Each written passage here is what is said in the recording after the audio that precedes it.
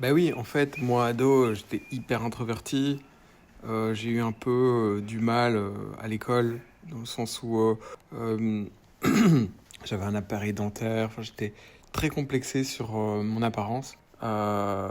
C'est à cause de ça. Et en fait, ça a été plein de choses. Enfin, pourtant, jeune, j'avais des compliments. On me disait, ah, il parle bien, Antoine, il s'est déjà parlé à 2 ans. Ou même, euh, j'étais mignon comme enfant. Voilà. Et donc, il y avait du positif. Et pour autant, j'ai fait en sorte que les choses se passent pas très bien. Enfin, ou en tout cas, mon karma a fait en sorte. Et du coup, mon adolescence a été un peu pénible. Mon divorce de mes parents à 8 ans. Je vous passe les détails, mais donc j'étais un peu dans une école de bourgeois, pédagogie ouverte, école de Crowley. Et j'étais du coup avec le divorce de mes parents, bah, ma mère avait des problèmes financiers et du coup j'étais un peu le pauvre dans une école de riches quoi. Ça m'a fortement peiné, j'étais l'aîné, c'était difficile, c'était vraiment une période très difficile.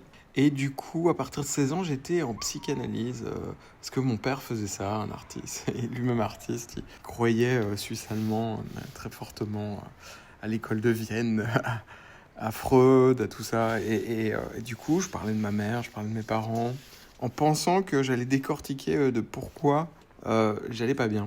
Et comme si tout venait de sa mère et de son père. Alors oui, c'est deux êtres, si vous ont éduqué, qui sont importants dans votre vie.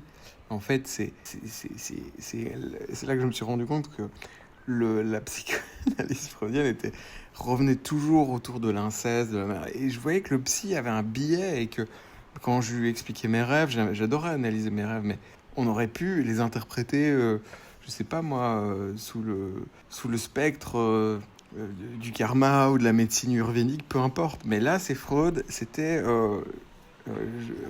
Ça tournait autour de ma mère est castratrice, je veux faire l'amour à ma mère, enfin des trucs, toujours la même chose. Enfin, et c'est vrai que je sais plus, à partir des années 2000, il y a eu un truc qui a pété au niveau du dogme de Freud, et là ça a cassé. Et c'est à ce moment-là que j'ai commencé j'y allais de moins en moins, mais j'étais comme ça pendant plus de 20 ans. Et en fait, ce qui m'a vraiment sauvé, c'est le développement personnel, la psychologie comportementale américaine. Bon voilà, j'en parle dans un deuxième short, mais voilà, je vous dis à bientôt les gars.